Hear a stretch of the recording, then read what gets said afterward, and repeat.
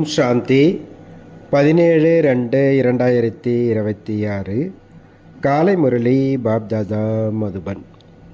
பாபாவுடைய மகா வாக்கியம் இன்றைக்கி சொல்கிறாங்க, இனிமையான குழந்தைகளே, நீங்கள் இப்பொழுது அமரலோகத்தை ஸ்தாபனை செய்வதற்கு நிமித்தமாக உள்ளீர்கள். எங்கு எந்த ஒரு துக்கம் அல்லது பாவம் இருக்காதோ அதுவே விகாரமற்ற உலகமாக, அப்படிப்பட்ட உலகத்தை ஸ்தாபனை செய்வதற்கு நிமித்தமாக இருக்கின்றார் பாபா. கேள்வி கேட்குறாங்க, இந்த ஈஸ்வரிய இறை குடும்பத்தின் அதிசயமான திட்டம் என்ன? ஈஸ்வரிய இறை குடும்பத்தின் திட்டமாவது குடும்ப கட்டுப்பாடு செய்வது, ஒரு சத்திய தர்மத்தின் ஸ்தாபனை செய்து அநேக தர்மங்களின் விநாசம் செய்வது. மனிதர்கள் குடும்ப கட்டுப்பாட்டிற்கான திட்டங்கள் வகுக்கிறார்கள்.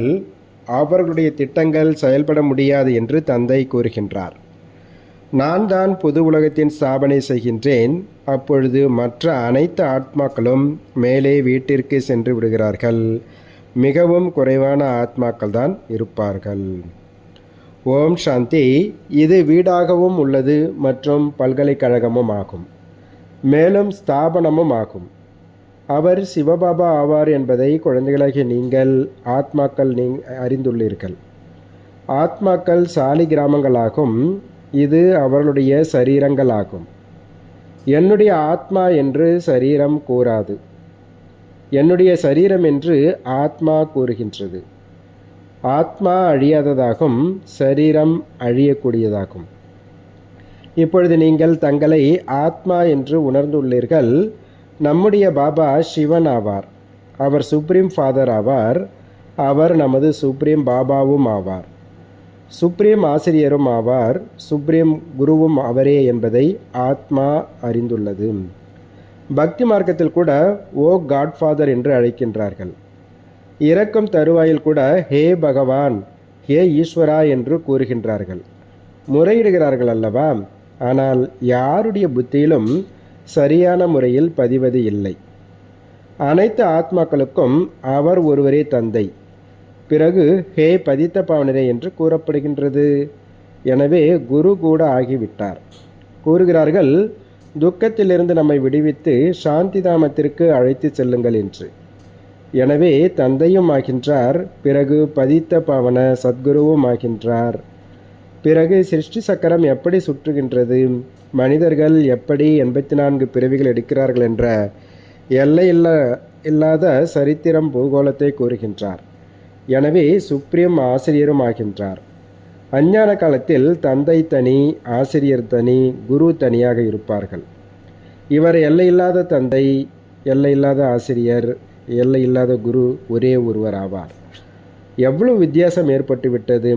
எல்லையில்லாத தந்தை குழந்தைகளுக்கு எல்லையில்லாத ஆஸ்தி அளிக்கின்றார். அவர்களும் எல்லைக்குட்பட்ட ஆஸ்தியை அளிக்கின்றார்கள். கல்வி கூட எல்லைக்குட்பட்டதாகும். அதாவது லௌகீக தந்தை. உலக சரித்திரம் பூகோளம் பற்றி யாருக்குமே தெரியாது. லட்சுமி நாராயணர் ராஜ்யத்தை எப்படி அடைந்தார்கள் என்பது யாருக்குமே தெரியாது. எவ்வளவு காலம் அந்த ராஜ்யம் நடந்தது, பிறகு திரேதாவின் ராமர் சீதை எவ்வளவு காலம் ஆட்சி புரிந்தார்கள், ஒன்றுமே தெரியாது. இப்பொழுது எல்லையில்லாத தந்தை நமக்கு கற்பிக்க வந்துள்ளார் என்பதை குழந்தைகளாகிய நீங்கள் புரிந்துள்ளீர்கள்.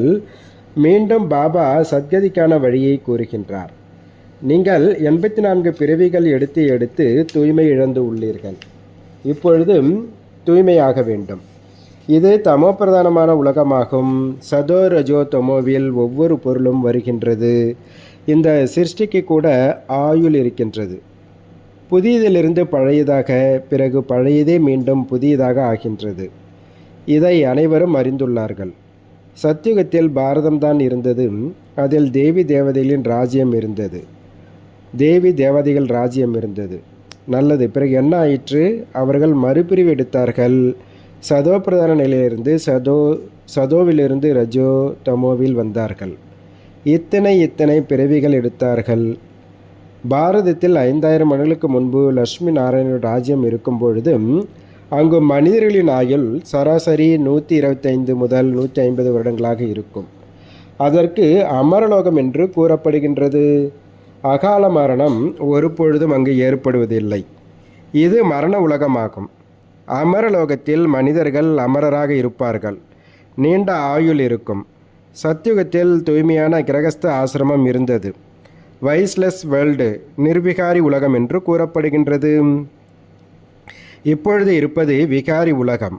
நாம் சிவபாபாவின் குழந்தைகள் ஆவோம் என்பதை குழந்தைகளாகிய நீங்கள் அறிந்துள்ளீர்கள். ஆஸ்தி சிவபாபாவிடமிருந்து கிடைக்கின்றது. இவர் தாதா, அவர் பாட்டனார்.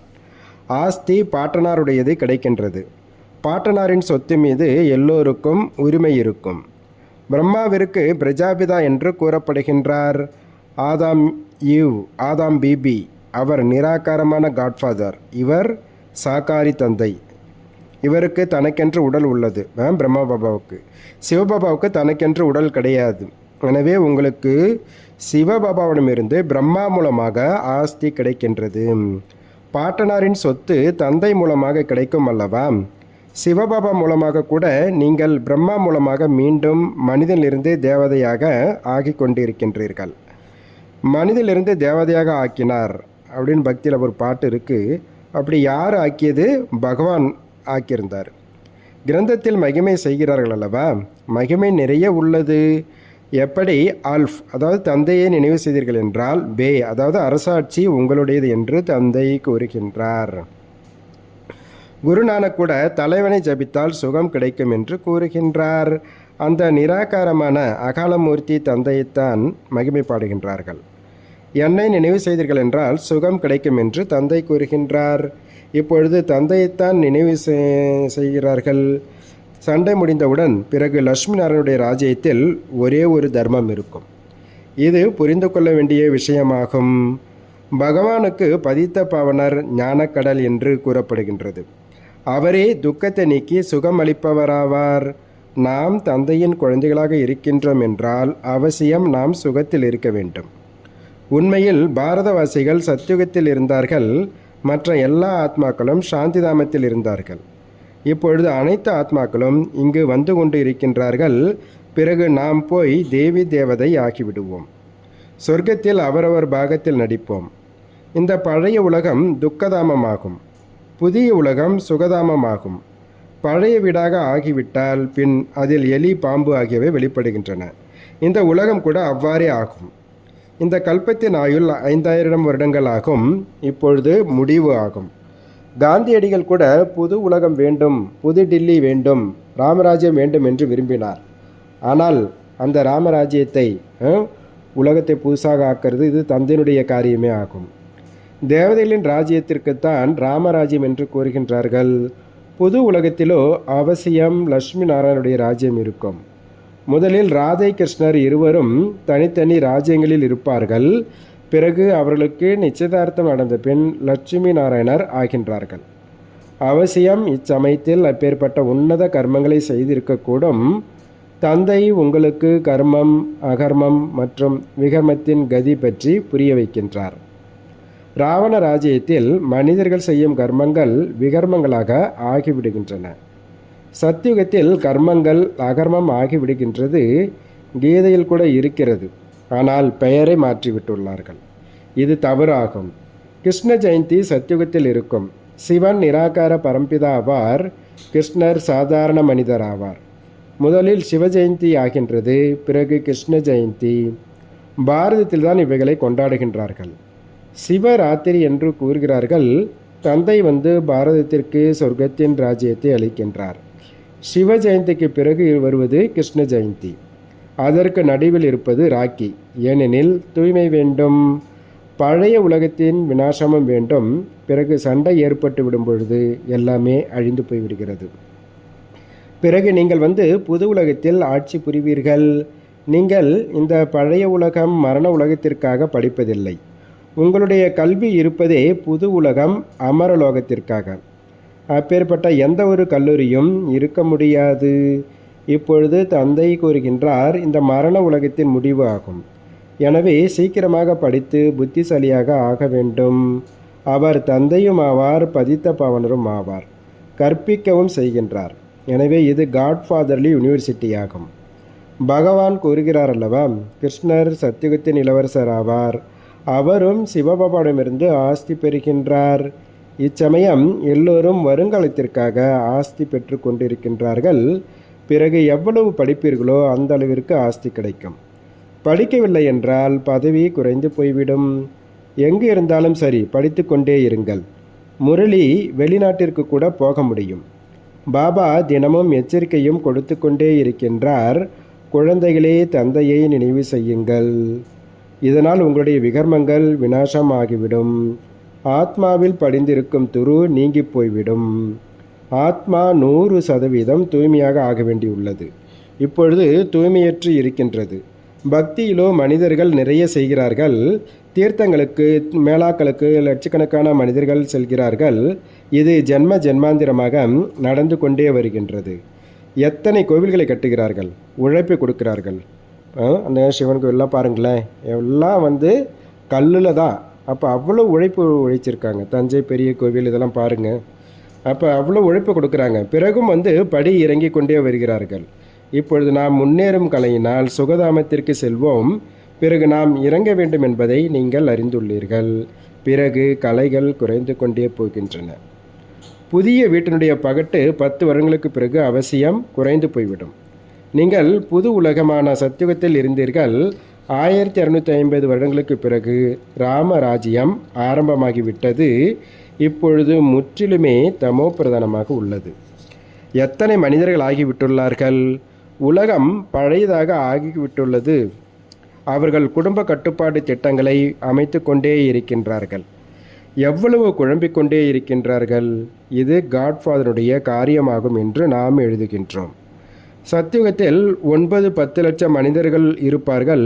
மற்ற அனைவரும் தங்களது இனிமையான இல்லத்திற்கு சென்று விடுவார்கள். இது காட் ஃபேமிலி பிளானிங் ஆகும். ஒரு தர்ம ஸ்தாபனை மற்ற அனைத்து தர்மங்களின் அழிவு.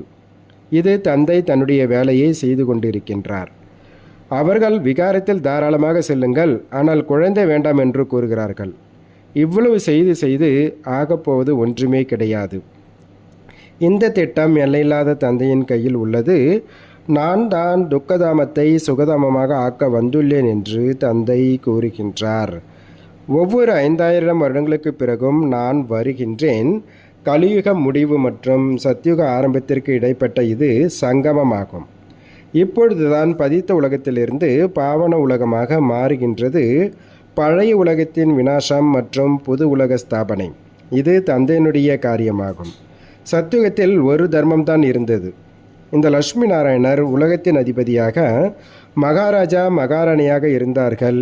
இதையும் நீங்கள் அறிந்துள்ளீர்கள். இந்த மாலை யாருடையதாக அமைக்கப்பட்டுள்ளது?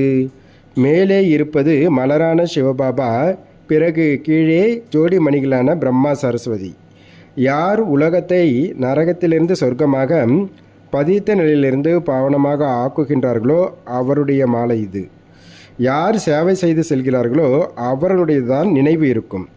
எனவே தந்தை புரிய வைக்கின்றார், இவர்கள் சத்தியுகத்தில் தூய்மையாக இருந்தார்கள் அல்லவா? தூய்மையான இல்லற மார்க்கமாக இருந்தது. இப்பொழுது தூய்மையற்று இருக்கின்றார்கள். பதித்த பாவனரே வாருங்கள், எங்களை பாவனமாக்குங்கள் என்று பாடவும் செய்கிறார்கள். சத்தியுகத்தில் இவ்வாறு அழைப்பார்களா என்ன? அங்கே பாவனமாக இருக்கிறாங்க.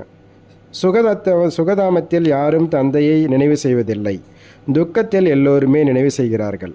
தந்தைதான் விடுவிப்பவர், கருணை கடல், ஆனந்த கடல். அவர் அனைவருக்கும் முக்தி, ஜீவன் முக்தி அளிக்கின்றார்.